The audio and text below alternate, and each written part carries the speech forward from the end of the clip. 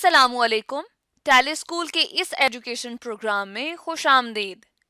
ये programme TV पर हुकूमत पाकिस्तान और सबक फाउंडेशन की शिराकत से पेश किया जा रहा है। इसके लेसन्स पाकिस्तान के तमाम तालीमी बोर्ड्स बशमूल कैम्ब्रिज के सिलेबस के मुताबिक तैयार किए गए हैं, जिसमें एजुकेशनल कंटेंट सबक फाउंडेशन प्रोवाइड कर रही है। सबक फाउंडेशन की वेबसाइट सबक.pk पर केजी से 12वीं जमात तक वीडियोस और प्रैक्टिस टेस्ट बिल्कुल मुफ्त दस्तयाब हैं। कंप्यूटर साइंस के इस लेसन में हम प्रोसीजरल और ऑब्जेक्ट ओरिएंटेड प्रोग्रामिंग लैंग्वेज के बारे में पढ़ेंगे। ये टॉपिक हमारे board federal Punjab Sindh KPK Balochistan में क्लास 10th के chapter number 2 programming in C में आता है। इन टॉपिक्स पे स्टूडेंट्स वीडियोस देखने के बाद इस काबिल हो सकेंगे कि वो different levels of programming languages को एक्सप्लेन कर सकें और popular high level programming languages के बारे में जान सकें। आज के लेसन और इससे मुंसलिक तमाम वीडियो लेक्चर्स को घर बैठ के देखने के लिए आप सबक.pk की वेबसाइट पे जा सकते हैं और वहां फ्री वीडियो लेक्चर्स के साथ साथ प्रैक्टिस टेस्ट भी मौजूद हैं, जिन्हें देखकर आप अपने कॉन्सेप्ट्स को पुख्ता कर सकते हैं और इम्तिहानात में ट्यूशन लिए बगैर शानदार नंबर हासिल कर सकते हैं। ये सब कुछ सबक.pk की वेबसाइट पर बिल्कुल मुफ्त दस्तयाब है। इस वीडियो में हम हाई लेवल लैंग्वेजेस की खसूसियात यानी कैरेक्टरिस्टिक्स पढ़ेंगे कि हाई लेवल लैंग्वेजेस जो इससे पहले आप पढ़ चुके हैं उसमें ऐसी क्या ख़ास बात है और इसको हम क्यों इस्तेमाल करते हैं। तो सबसे पहला इसका फ़ायदा और सबसे पहले इसकी कैरेक्टरिस्टिक वो ये है कि कंप्यूटर प्रोग्रामिंग जो है वो इससे काफ़ी ज़्यादा आसान हो गई है, सिंपल हो गई है, और हम जब अपना कोड लिखते हैं तो उसमें टोटल नंबर ऑफ़ एरर्स जो होते हैं वो हमारे लिए काफ़ी कम होते हैं। और इसका जो दूसरा सबसे बड़ा फ़ायदा ये है कि ये लैंग्वेज जो होती है, हाई लेवल लैंग्वेज जो होती है, ये मशीन डिपेंडेंट नहीं होती। यानी कि हम हाई लेवल लैंग्वेज को किसी भी किस्म की मशीन में चला सकते हैं, इस्तेमाल कर सकते हैं। और इसका तीसरा सबसे बड़ा फ़ायदा ये है कि ये हाईली स्ट्रक्चर्ड लैंग्वेज होती है, यानी इसके अंदर हम कहीं पे भी चेंज करना चाहें या कहीं पे भी कोई कोड को अपनी मर्जी के मुताबिक रीयूज़ करना चाहें, उसको दोबारा इस्तेमाल करना चाहें, तो वो हम इस लैंग्वेज के अंदर कर सकते हैं। तो हाई लेवल लैंग्वेज का जो सबसे बड़ा बेनिफिट ये है कि वो ह्यूमंस के काफ़ी करीब है, यानी इंसानों के लिए उसको समझना काफ़ी आसान होता है। यानी हाई लेवल लैंग्वेज को ह्यूमन रीडेबल कोड भी कहा जाता है, क्योंकि ह्यूमंस जो हैं वो उनको अच्छी तरह से समझ सकते हैं। अब जैसा कि आप देख सकते हैं कि यहाँ पे high level language C language एक एग्जांपल है हाई लेवल लैंग्वेज की। यहाँ पे उसकी मदद से एक कोड लिखा गया है और इसके अंदर साफ पता चल रहा है कि यहाँ पे x की वैल्यू y की वैल्यू दोनों प्लस हो रही हैं और हम उसको प्रिंट करवा रहे हैं। तो इस वजह से ये इंसान के लिए समझना काफ़ी ज़्यादा आसान होता है। बाद में यही कोड जो है वो कन्वर्ट होता है मशीन लैंग्वेज में और फिर कंप्यूटर जो है इसको प्रोसेस करके हमें रिजल्ट फ्राहम करता है। इस वीडियो में हम एक और चीज़ समझेंगे, वो ये है कि पॉपुलर हाई लेवल लैंग्वेजेस जो हैं वो आजकल जो इस्तेमाल हो रही हैं वो कौन कौन सी हैं। अब हम बारी बारी इनका एक ओवरव्यू लेते हैं। सबसे पहले यहाँ हम बात करेंगे C++ की। ये दो जो लैंग्वेजेस हैं, दरअसल सी लैंग्वेज सबसे पहले स्टार्ट हुई जो कि 1970 में डेनिस रिची एक साइंटिस्ट थे जो कि इन्होंने इसे बनाया बेल लेबॉर्ट्रीज में। उसके बाद जो है ये जो लैंग्वेज थी C++, इसका फ़ायदा हमें ये हुआ कि इसकी मदद से हमने जो सिस्टम प्रोग्राम्स थे, ऑपरेटिंग सिस्टम, कंपाइलर्स, इनको बनाने में सी लैंग्वेज ने बहुत अहम किरदार अदा किया। इसके अलावा आजकल जो है वो जितने भी हमारे एप्लीकेशन प्रोग्राम्स हैं, जैसे कि वर्ड प्रोसेसर हो गए, MS वर्ड, या गेम्स जो हम मुख्तलिफ खेलते हैं, उसके पीछे भी जो है वो C++ या सी लैंग्वेज काम कर रही होती है। लेकिन सी लैंग्वेज जो है वो ज़्यादातर इस्तेमाल होती है सिस्टम प्रोग्राम्स के लिए, क्योंकि सी लैंग्वेज जो है वो काफ़ी ज़्यादा थोड़ा बहुत क्लोज है हार्डवेयर के। इस वजह से सिस्टम प्रोग्राम्स के लिए सी को प्रेफर किया जाता है, जबकि C++ जो है वो इस्तेमाल होती है गेम्स के लिए या कोई एप्लीकेशन प्रोग्राम बनाने के लिए। सी और C++ तकरीबन सेम है, दोनों में इतना फ़र्क नहीं है। अगर एक प्रोग्राम जो कि सी लैंग्वेज में चल रहा है तो वो C++ में भी चलेगा। तो इसके बाद चलते हैं अपनी अगली हाई लेवल लैंग्वेज को समझने के लिए। नेक्स्ट लैंग्वेज है हमारी C#। ये 2000 में माइक्रोसॉफ्ट ने जो थी वो इंट्रोड्यूस करवाई। और इसका मकसद क्या था? इसका मकसद ये था कि जितनी भी हमारी वेब एप्लीकेशंस हैं उनको ज़्यादा बेहतर तरीके से बनाया जाए। सी शार्प जो है, ये सी और सी प्लस प्लस के जो फीचर्स हैं वो सी शार्प के अंदर भी आपको नज़र आएंगे, लेकिन सी शार्प के अंदर जो स्ट्रैटेजी इम्प्लीमेंट की गई प्रोग्रामिंग की, उसको ऊप कहा जाता है, यानी कि ऑब्जेक्ट ओरिएंटेड प्रोग्रामिंग, जो कि हम पढ़ेंगे एक तफसील के साथ कि ऑब्जेक्ट ओरिएंटेड प्रोग्रामिंग क्या होती है। इसके अंदर भी मॉडर्न जो वेब एप्लीकेशंस हैं वो बड़े लेवल के ऊपर सी शार्प में काम कर रही हैं। इसके अंदर एक लाइब्रेरी काम करती है जिसको डॉट नेट कहा जाता है। और वेब डेवलपमेंट के लिए जो सी शार्प के अंदर जो टेक्नोलॉजी इस्तेमाल होती है उसको ASP.NET कहते हैं। तो ये हम सीखेंगे आगे चलकर। फिलहाल जो हमारा कोर्स है उसके अंदर हमने सी और सी प्लस प्लस के ऊपर कमांड स्ट्रॉन्ग करनी है। इसके साथ जो नेक्स्ट लैंग्वेज है पाइथन, इसको हम बाद में पढ़ेंगे। पहले हम ये देख लेते हैं कि जो विजुअल बेसिक है ये वो लैंग्वेज है जो कि बाद में आई, जिसका मकसद जो बुनियादी तौर पे बेसिक लैंग्वेज थी जो कि हम इस्तेमाल करते हैं, बेसिक लैंग्वेज को ज़्यादा विजुअलाइज करने के लिए, यानी उसके अंदर ग्राफिक्स इंक्लूड करने के लिए विजुअल बेसिक का स्टार्ट लिया गया। इससे पहले जो हम बेसिक इस्तेमाल कर रहे थे उसका इंटरफेस कुछ इतना ख़ास नहीं था, तो उसके अंदर हमें ग्राफिक्स ऐड करने के लिए विजुअल बेसिक की ज़रूरत पड़ी। और विजुअल बेसिक के लिए हम एक कंपाइलर इस्तेमाल करते हैं जिसको विजुअल स्टूडियो कहा जाता है। विजुअल स्टूडियो एक ऐसा IDE है, एक ऐसा इंटीग्रेटेड डेवलपमेंट एनवायरनमेंट है जिसकी मदद से हम ग्राफिकल यूज़र इंटरफेस जो कि हम विंडोज़ के लिए बना सकते हैं। आपने मुख्तलिफ इन्वेंट्री मैनेजमेंट सिस्टम देखे होंगे मुख्तलिफ शॉपिंग स्टोर्स में, या आपने हॉस्पिटल मैनेजमेंट सिस्टम जैसे सॉफ्टवेयर देखे होंगे। ऐसे सॉफ्टवेयर दरअसल विजुअल बेसिक में बनाए जाते हैं जिसमें हमारे पास यूज़र के लिए काफ़ी ज़्यादा ऑप्शंस होते हैं, काफ़ी बटन्स होते हैं जिसके अंदर, और वो तमाम सॉफ्टवेयर जो हैं वो विजुअल बेसिक में बनाए जाते हैं। अब हम बात करते हैं पाइथन, जो कि हाई लेवल लैंग्वेज है, जो कि आजकल के जो जितने भी हमारी मॉडर्न एप्लीकेशंस हैं वहाँ पे इसका इस्तेमाल हो रहा है। ये बहुत ज़्यादा इजी लैंग्वेज है। अगर आप बाकी लैंग्वेजेस के में इंसान कमांड हासिल कर ले तो पाइथन को समझना काफ़ी ज़्यादा आसान हो जाता है। इसके अंदर जो मॉडर्न एक एप्लीकेशन है जो कि हम इंटरनेट पे इस्तेमाल करते हैं, यूट्यूब, जो कि एक ऐसी वेबसाइट है जिसमें हम दुनिया भर की वीडियोस देख सकते हैं, वहाँ पे पाइथन लैंग्वेज का इस्तेमाल किया गया है। बात करते हैं जो हमारे पास लैंग्वेज है जावा, जो कि सन माइक्रो सिस्टम जो था एक कंपनी थी उसने इसको लॉन्च किया। इसके जो फीचर्स हैं वो सिमिलर हैं सी और सी प्लस प्लस के, लेकिन इसके अंदर जो ऑब्जेक्ट ओरिएंटेड प्रोग्रामिंग यानी ऊब जो है वो इसका बेसिक प्रिंसिपल है जिस पर ये लैंग्वेज काम करती है। ये मौजूदा दौर की काफ़ी मशहूर लैंग्वेज है और इसके अंदर जितनी भी हमारी मॉडर्न एप्लीकेशंस हैं वहाँ पे जावा का इस्तेमाल जो है वो काफ़ी ज़्यादा किया गया है।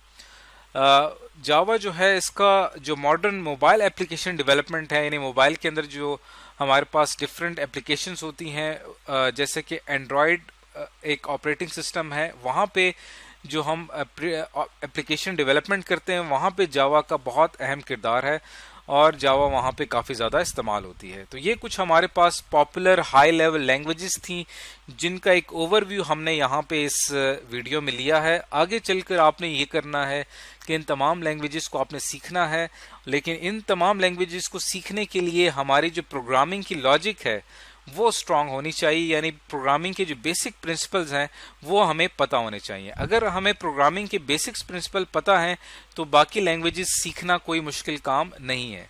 तो लॉजिक को स्ट्रांग करने के लिए हमें जो है वो सबसे पहले यहाँ पे स्टार्ट लेना पड़ेगा सी और सी प्लस प्लस से। यहाँ से हमारी लॉजिक डेवलप्ड होगी और उसके बाद जो बाकी लैंग्वेजेस हैं वो हम आहिस्ता आहिस्ता सीखते जाएंगे। तो इस वीडियो में आज हमने ये सीखा कि हाई लेवल लैंग्वेजेस जो हैं उनकी क्या खसूसियात हैं और पॉपुलर हाई लेवल लैंग्वेजेस कौन सी हैं।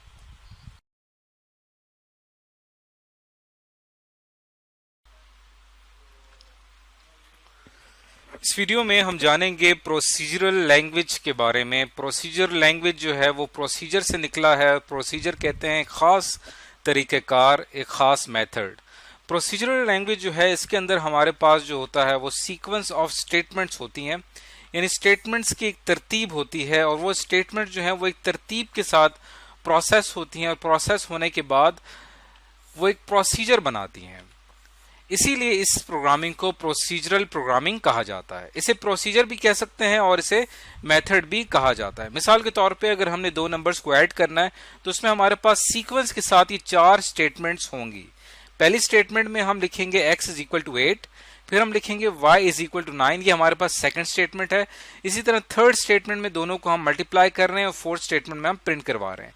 तो ये 4 स्टेटमेंट्स मिलकर एक प्रोसीजर बना रही हैं, एक मेथड बना रही हैं, जो कि मिलकर एक खास काम सरंजाम दे रहे हैं। इसको प्रोसीजर भी कहा जाता है, मेथड भी कहा जाता है। इसको हम एक मुकम्मल फंक्शन भी कह सकते हैं, क्योंकि हमारे लिए एक मुकम्मल एक काम कर रहा है। इसके अलावा इसको एक मॉड्यूल भी कहा जाता है। इस तरह की जो प्रोग्रामिंग होती है इसको मॉड्यूलर प्रोग्रामिंग भी कहा जाता है, क्योंकि इसमें हमारे पास छोटे छोटे मॉड्यूल्स होते हैं जिसके अंदर इसी तरह से प्रोसीजर डिफाइंड होते हैं। अब हम इसके अलावा इसके एक और इसमें एग्जांपल देते चलें कि इसको स्ट्रक्चर्ड प्रोग्रामिंग भी कहा जाता है, और इसके अंदर हमारे पास 3 किस्म के स्ट्रक्चर्स होते हैं। एक जिसको हम सीक्वेंस स्ट्रक्चर कहते हैं, एक जिसको हम सिलेक्शन स्ट्रक्चर कहते हैं, और एक जिसको हम रिपीटिशन स्ट्रक्चर कहते हैं। एक ऐसी स्टेटमेंट जिसमें सिंपल तमाम स्टेटमेंट्स एक सीक्वेंस के साथ प्रोसेस हो रही हैं, उसे सीक्वेंस स्ट्रक्चर कहा जाता है। जैसे इस एग्जांपल में आप देखें कि पहले ये स्टेटमेंट एग्जीक्यूट होगी, फिर ये स्टेटमेंट एग्जीक्यूट होगी, फिर ये स्टेटमेंट एग्जीक्यूट होगी। तो ये तमाम स्ट्रक्चर जो है इसके अंदर तमाम इंस्ट्रक्शंस एक सीक्वेंस के साथ है। सिलेक्शन स्ट्रक्चर और रिपीटिशन स्ट्रक्चर वो स्ट्रक्चर होता है जिसके अंदर कंडीशन शामिल होती है।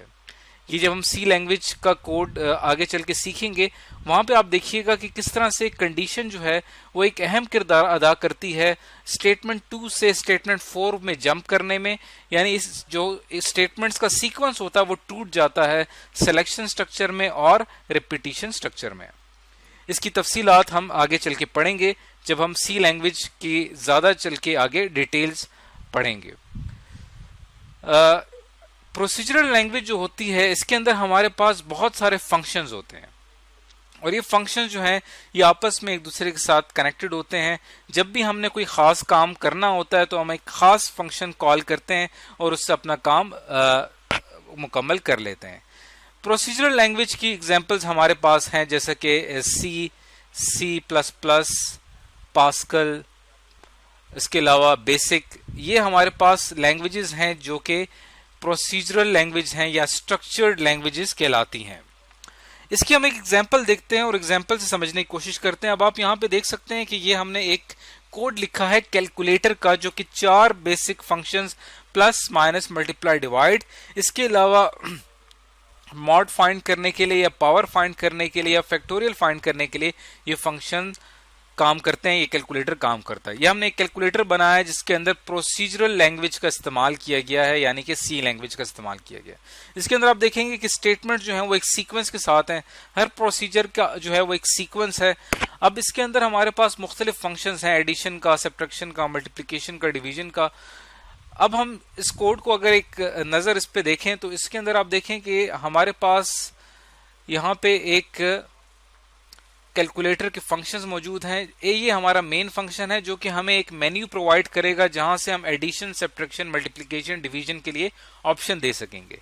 अब आप देखें कि ये एडिशन का फंक्शन है। जैसे ही आप एडिशन का बटन प्रेस करेंगे तो ये फंक्शन एक्टिव हो जाएगा, और जब ये फंक्शन एक्टिव होगा तो ये क्या करेगा, 2 नंबर्स को ऐड करेगा। इसी तरह अगर आपने माइनस करना हो तो सब्ट्रैक्शन का फंक्शन एक्टिव हो जाएगा और वो 2 नंबर्स को माइनस करेगा। इसी तरह मल्टीप्लिकेशन के लिए अलग फंक्शन है, इसी तरह डिवीजन के लिए अलग फंक्शन है। अब आप इसके अंदर देखें कि आपको इस तरह की जो प्रोग्रामिंग है इसके अंदर रिपीटिशन बहुत ज्यादा है। आपको बार बार नंबर इनपुट्स लेने पड़ते हैं, आपको बार बार वेरिएबल्स यहाँ पे लिखने पड़ रहे हैं। तो इस तरह का जो कोड होता है इसको स्पैगेटी कोड कहा जाता है, मिक्स कोड कहा जाता है, जो कि मौजूदा जो सॉफ्टवेयर डेवलपमेंट है वहां पे इस तरह का कोड जो है वो ज्यादा पसंद नहीं किया जाता। तो इस वजह से ये जो थी ये पुरानी सॉफ्टवेयर डेवलपमेंट थी। जब इससे पहले जो सॉफ्टवेयर डेवलप किए जाते थे वो प्रोसीजरल लैंग्वेज का इस्तेमाल करके किए जाते थे, जिसमें हमारे पास बहुत सारे फंक्शंस होते थे।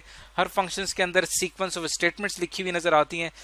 तो इस प्रोसीजरल लैंग्वेज को रिप्लेस किया एक न्यू स्ट्रेटजी ने, एक न्यू डिजाइन ने, जिसको हम ऑब्जेक्ट ओरिएंटेड प्रोग्रामिंग कहते हैं।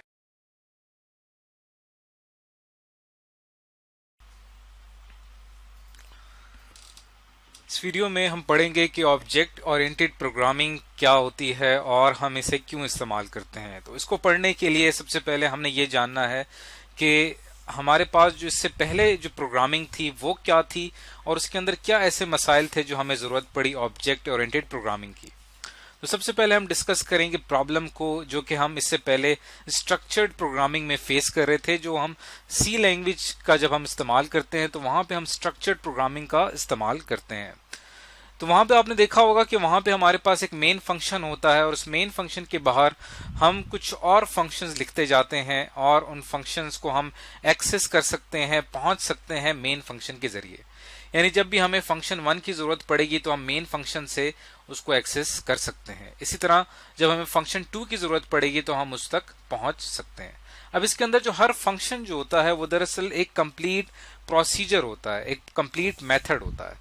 अब जैसे कि एक फंक्शन 1 है हमारे पास, ये फंक्शन जो है इसके अंदर कुछ सेट ऑफ स्टेटमेंट्स होंगी, एक कंप्लीट प्रोसीजर होगा जो कि हमारे लिए एक खास टास्क परफॉर्म करेगा। सॉरी, ये फंक्शन 1 की तरफ था। इसी तरह अगर हमारे पास कोई फंक्शन 2 है तो वो भी हमारे लिए एक प्रोसीजर होगा जो कि एक खास टास्क परफॉर्म करेगा। तो इसके अंदर इशू ये है कि हमारे पास जितने भी ये फंक्शंस हैं ये हमें दोबारा इनका जो रीयूज करना है वो काफी डिफिकल्ट होता है। इसके अलावा हमारे पास जो वेरिएबल्स होते हैं वो हमारे लिए काफी ज्यादा, फंक्शन 1 के लिए हमें अलहदा वेरिएबल्स चाहिए होंगे, फंक्शन 2 के लिए हमें अलहदा वेरिएबल चाहिए होंगे।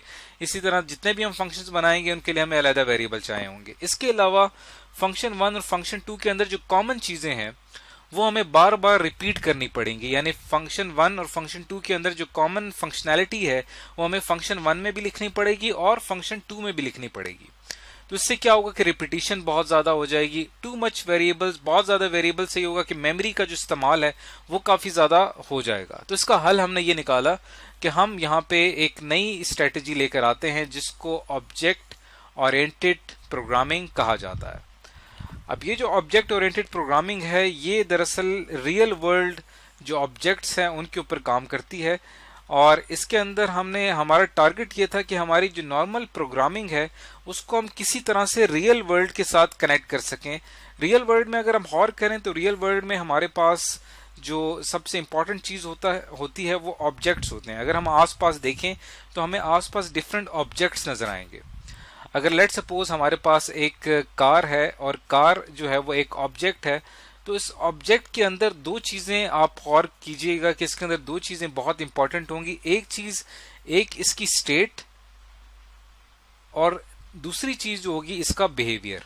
हम आसपास जितने भी ऑब्जेक्ट्स देख लें उन तमाम में हमें ये दो चीजें नजर आएंगी, स्टेट और बिहेवियर। स्टेट कहते हैं कि उस कार का कलर क्या होगा, उसका साइज क्या होगा या उसके अंदर कितनी कैपेसिटी है, ये तमाम उसकी स्टेट कहलाती हैं या उसकी, इसके लिए एक और लफ्ज इस्तेमाल करते हैं, प्रॉपर्टीज भी कहा जाता है, यानी ये इसकी खसूसियात कहलाती हैं। और बिहेवियर कहते हैं कि वो जो ऑब्जेक्ट है वो कौन कौन से फंक्शंस परफॉर्म कर सकता है। यानी हम कार को स्टार्ट कर सकते हैं, ब्रेक लगा सकते हैं, ये तमाम क्या है, ये इसके फंक्शंस हैं। तो इस ऑब्जेक्ट का हमें फायदा ये हुआ कि हमने एक फंक्शंस को, जितने भी फंक्शंस थे और उस फंक्शंस के अंदर उस ऑब्जेक्ट से रिलेटेड जितनी भी प्रॉपर्टीज थी, जितनी भी स्टेट थे, या उनके लिए हम एक और वर्ड का इस्तेमाल करेंगे वेरिएबल्स का। यानी जितने भी वेरिएबल्स थे उनको हमने क्या किया, एक ऑब्जेक्ट के अंदर इनकैप्सुलेट कर दिया। यानी हमने उनको एक कैप्सूल बना के रखा जिसके अंदर एक ऑब्जेक्ट की कुछ प्रॉपर्टीज मौजूद हैं और उससे रिलेटेड कुछ फंक्शंस मौजूद हैं। तो अब जो हमने प्रोग्रामिंग स्टार्ट की उसके अंदर हमारा फोकस ऑब्जेक्ट्स के ऊपर होता है। जैसा कि अब आप इस ब्लॉक में आप देख सकते हैं कि इसके अंदर एक सैंपल कोड दिखाया गया है। जब भी हम ऑब्जेक्ट ओरिएंटेड प्रोग्रामिंग करते हैं तो हम इसमें जो नॉर्मल प्रोग्रामिंग का प्रोसीजर है उसको फॉलो नहीं करते, बल्कि हम क्या करते हैं, इसके अंदर हम एक मेन फंक्शन बनाते हैं और उस मेन फंक्शन के अंदर हम कुछ ऑब्जेक्ट्स बनाते हैं। जैसे A1 एक ऑब्जेक्ट है, A2 एक ऑब्जेक्ट है। इस मेन फंक्शन से पहले आपको एक चीज यहां पे नजर आ रही, क्लास कहते हैं उस ऑब्जेक्ट से रिलेटेड एक ऐसा डिजाइन जो कि इस ऑब्जेक्ट को एक्सप्लेन कर रहा है। मिसाल के तौर पे जैसे यहाँ पे एक ऑब्जेक्ट है कार, इसका जो डिजाइन है, इसकी जो प्रॉपर्टीज हैं और इसके जो बिहेवियर यानी इसके अंदर पाए जाने वाले जो फंक्शंस हैं वो तमाम इस क्लास के अंदर पाए जाते हैं। तो जब कभी भी हमने किसी ऑब्जेक्ट को इस्तेमाल करना होता है तो वो ऑब्जेक्ट जो होता है वो इस क्लास के अंदर एक्सेस करता है, और क्लास के अंदर जितने भी इसके एट्रीब्यूट्स होते हैं, प्रॉपर्टीज होती हैं, और जितने भी इसके फंक्शंस होते हैं उनको हम यहाँ से एक्सेस कर सकते हैं। तो ऑब्जेक्ट ओरिएंटेड प्रोग्रामिंग से क्या हुआ कि हमारे लिए प्रोग्रामिंग जो थी वो काफी ज्यादा आसान हो गई, काफी ज्यादा सिंपल।